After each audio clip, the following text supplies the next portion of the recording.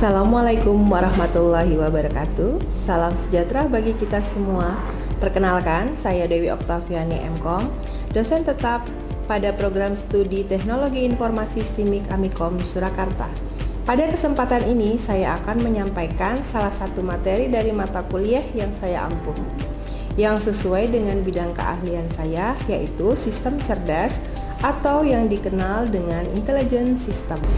Mata kuliah ini merupakan mata kuliah wajib dengan bobot 3 SKS dengan kode mata kuliah IF037 yang diampu oleh mahasiswa pada semester genap. Diselenggarakan 16 kali tatap muka dengan rincian 14 kali pertemuan praktikum dan teori, 2 kali pertemuan untuk ujian tengah semester dan ujian akhir semester.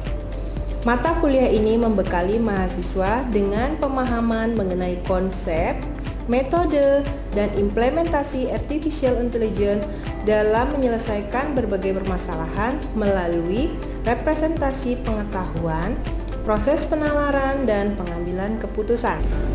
Pada akhir mata kuliah ini, mahasiswa tidak hanya diharapkan menguasai konsep dan implementasi dari artificial intelligence, tetapi juga mampu menghasilkan luaran pembelajaran yang terukur berupa artikel ilmiah serta proyek pengembangan sistem cerdas yang inovatif dan aplikatif untuk di HKI dan diterbitkan dalam jurnal nasional.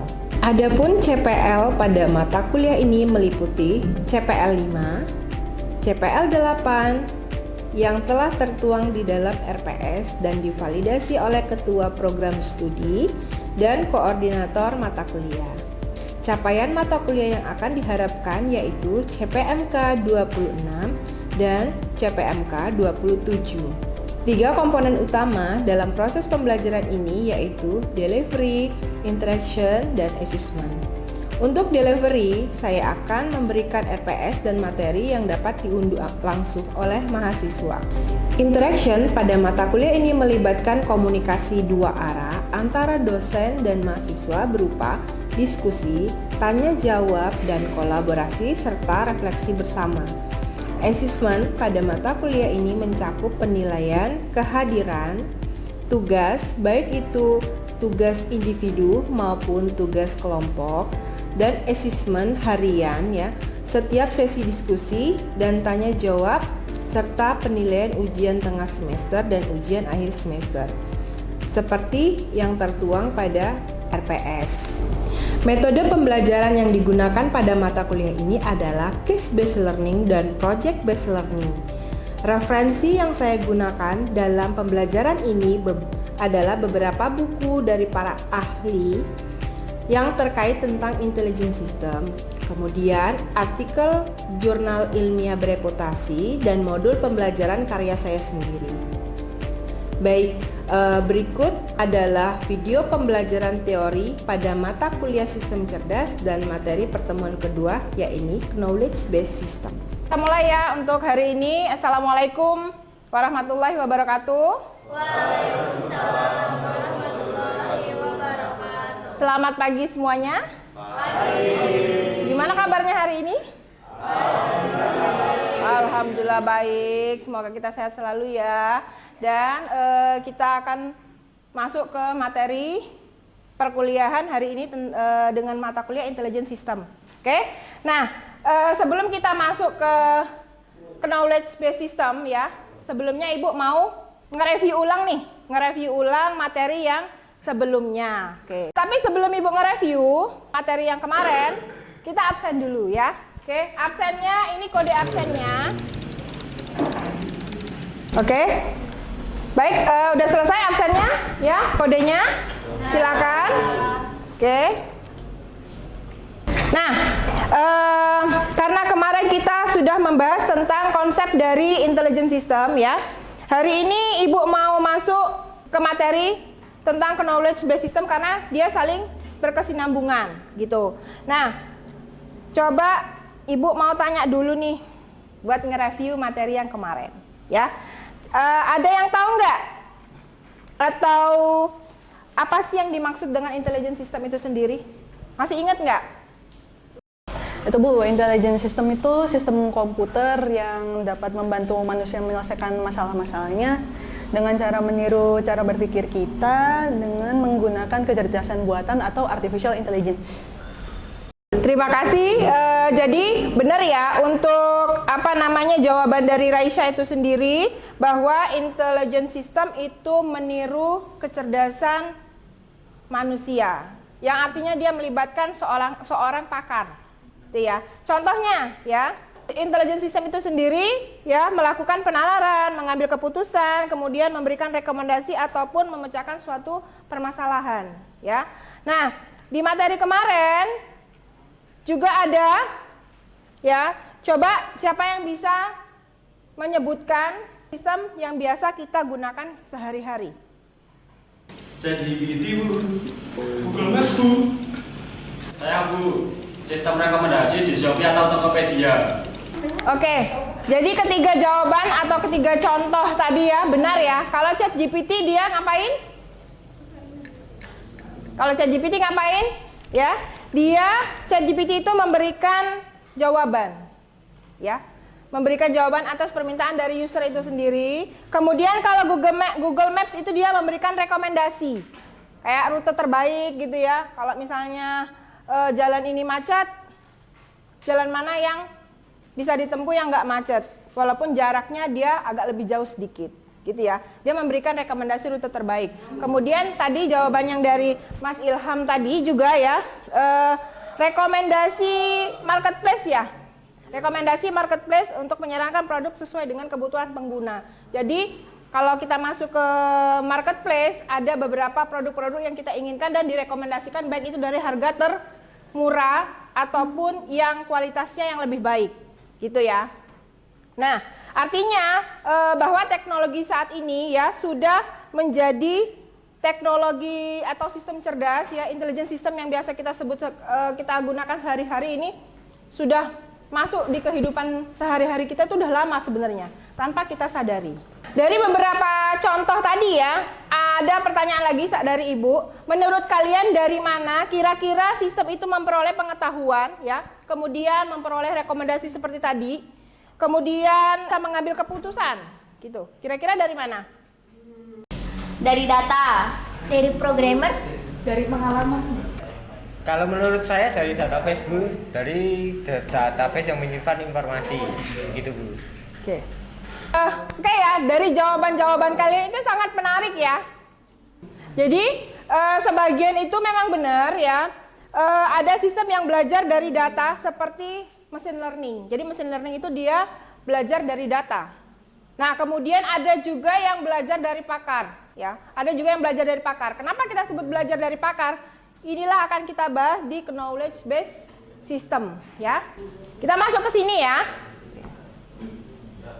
Nah, coba kita lihat di sini, ini adalah seperti mengubah pengalaman jadi logika digital. Oke. Nah, coba sekarang kalian pikirkan, kalau kalian datang ke dokter dengan gejala batuk, kemudian panas ya atau demam gitu ya. Gimana kalau gejala-gejala tadi ya, dari misalnya batuk, kemudian demam, panas ataupun flu tadi, kita masukkan pengetahuan-pengetahuan itu ke dalam sebuah mesin komputer. Itu merupakan datanya. Kita masukkan ke dalam sebuah mesin komputer. Nah, kita lihat di sini. Seorang pakar ya. Menurut kalian kira-kira komputer itu bisa memberikan diagnosa penyakit seperti dokter enggak? Atau komputer tersebut memang benar-benar berpikir atau tidak? Belum tentu Bu, karena itu hanya ngejalanin program. Jadi benar sekali ya Zam ya, komputer itu dia tidak bisa berpikir seperti manusia ya. Tapi dia bisa memberikan sebuah keputusan melalui human atau manusia ini tadi, atau seorang pakar dengan mendapatkan data-data. Ya. Nah, jadi kita lihat di sini. Itu yang namanya knowledge based system. Nah, kita lihat di sini ada pakar, kemudian ada knowledge base-nya, kemudian ada pengguna. Di mana knowledge based system ini sendiri adalah sistem komputer yang menggunakan pengetahuan eksplisit ya dari seorang pakar untuk menyelesaikan masalah yang biasanya membutuhkan keahlian manusia. Nah, pemahaman dari knowledge based system ini menurut siapa? Gyaran Tono, tahun 2005.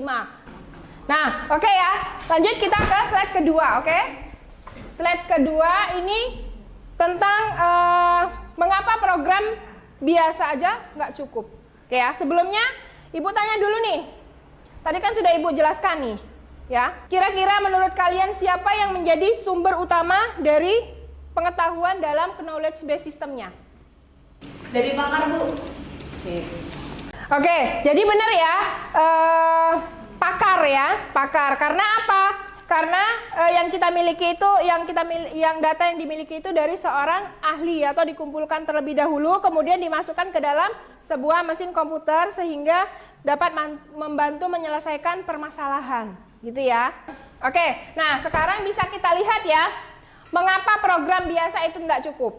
Nah, konteksnya di sini bagaimana dokter itu bisa menyimpulkan bahwa itu penyakit influenza. Sedangkan kalau influenza itu tidak ada di rumus matematika, gitu ya. Tidak ada di rumus yang sudah ditetapkan. Contoh nih, kalau pemrograman konvensional, kita butuh algoritmanya, kita butuh rumusnya. Nah, sama halnya seperti kalian kalau udah masuk mata kuliah pemrograman, berarti kan harus sudah ada rumus-rumus dan ketentuan-ketentuan yang ada atau rules-nya yang sudah ada. Kemudian algoritmanya apa, gitu ya. Sehingga dia menghasilkan solusi-solusi atau keputusan-keputusan yang dibutuhkan oleh user tadi, ya, atau pengguna, gitu ya. Nah, kemudian kita masuk ke slide berikutnya, ya. Ibu tanya dulu. Di sini ada diagram, ya. Di sini ada diagram, ya. Ibu tanya dulu, menurut kalian, kenapa kita cukup menggunakan program biasa tanpa knowledge based system? Karena masalahnya lebih kompleks. Saya, Bu, karena membutuhkan seorang ahli. Jadi benar sekali ya apa yang dijawab sama Mas Raffi dan Mas Imam ya, bahwa tidak semua masalah itu ditentukan oleh rumus ya. Tapi misalnya kayak diagnosa penyakit, konsultasi, kemudian ada kerusakan mesin, itu kemungkinan bisa jadi permasalahannya membutuhkan seorang pakar. Coba deh dari diagram ini ya. Dari diagram ini coba ada yang bisa menjelaskan bagaimana atau apakah machine learning ini sama dengan knowledge based system. Di sini kan ada machine learning ya. Machine learning, kemudian ada knowledge based system. Apakah sama gitu ya? Ada yang bisa jawab? Hampir sama, Bu. Berbeda, Bu. Oke ya, jadi semuanya itu sebenarnya sama-sama artificial intelligence ya. Jadi di sini artificial intelligence itu apa aja di dalamnya? Yang pertama itu ada computer vision. Tahu ya computer vision ya? Berarti yang backgroundnya itu dengan gambar-gambar. Kemudian ada yang namanya NLP. NLP itu berupa data-data atau seperti kalimat-kalimat yang harus dipenggal, misalnya kayak sentimen gitu ya, komentar-komentar sentimen yang ada di dalam IG, TikTok dan lain-lain, biasanya itu masuknya ke NLP. Kemudian ada yang namanya robotik ya di sini, berarti yang berhubungan dengan ya mesin robot-robot gitu ya.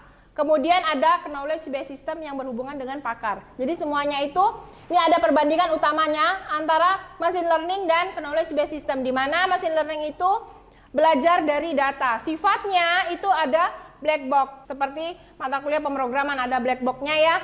Kemudian menggunakan model matematis dan sulit dijelaskan. Oke, sekarang ada yang namanya 4 karakteristik di dalam sebuah KBS ya. Yang pertama itu memiliki knowledge base ya, di mana itu berisi kumpulan-kumpulan fakta, kemudian aturan, kemudian apalagi pengalaman dari seorang pakar. Gitu. Dan karakteristik yang kedua itu dia meniru pakar, di mana keputusan itu dihasilkan ya mengikuti pola pikir seorang ahli. Gitu. Yang ketiga itu menggunakan inference ya, di mana itu melakukan proses penalaran. Dia melakukan proses penalaran, kemudian yang ketiga itu yang keempat itu memberikan penjelasan, di mana dia mampu menjawab dari kata mengapa sehingga bisa mengambil sebuah keputusan. Nah, di sini ada pertanyaan lagi ya.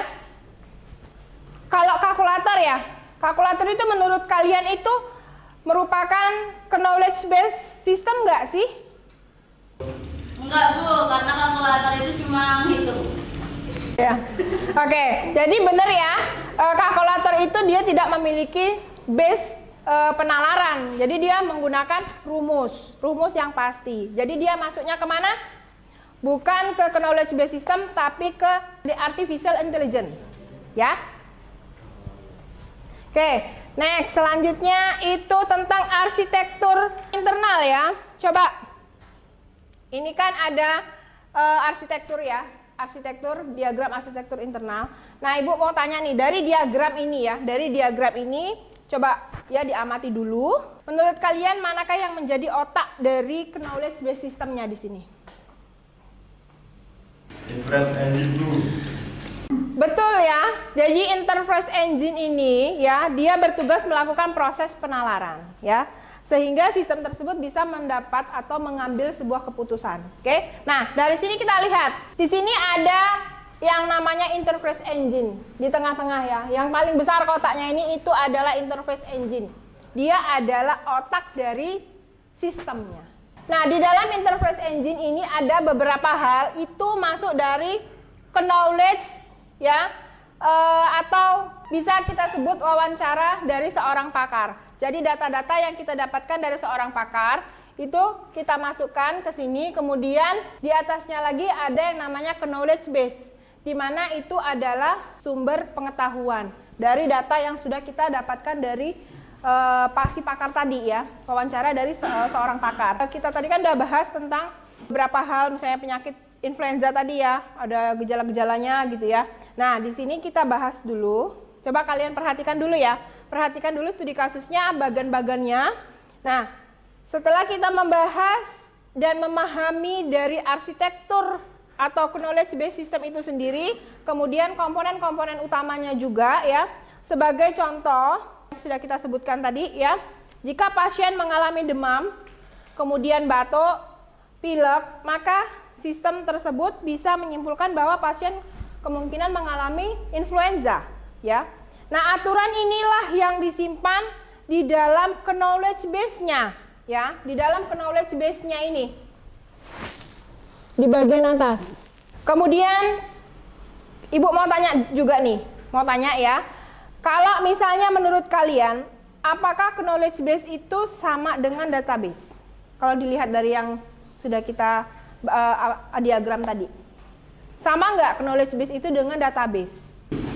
Menurut saya hampir sama Bu, karena sama-sama menyimpan informasi. Menurut saya beda Bu, database itu menyimpan data, sedangkan knowledge itu menyimpan pengetahuan.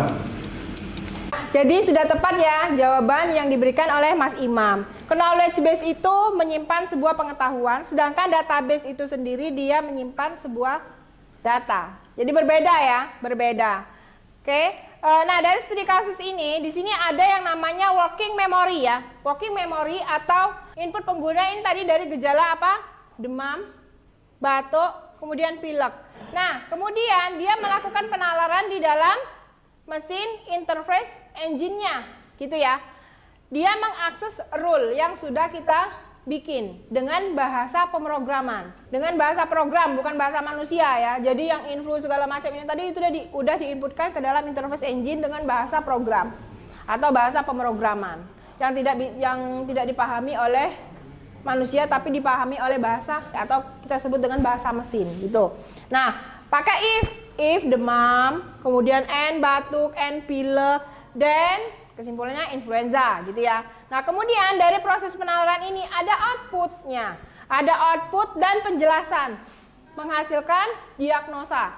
Menghasilkan diagnosa artinya Anda menderita influenza gitu. Kemudian ada explanation-nya. Selain outputnya penjelasan, dia ada selain itu ada diagnosanya, dia ada explanation-nya.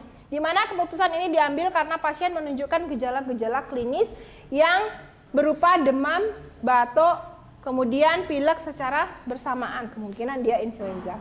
Itu studi kasusnya.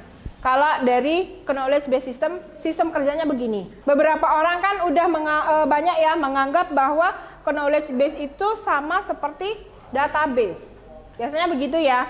Nah, padahal antara knowledge base dengan database itu fungsinya berbeda. Di mana bedanya?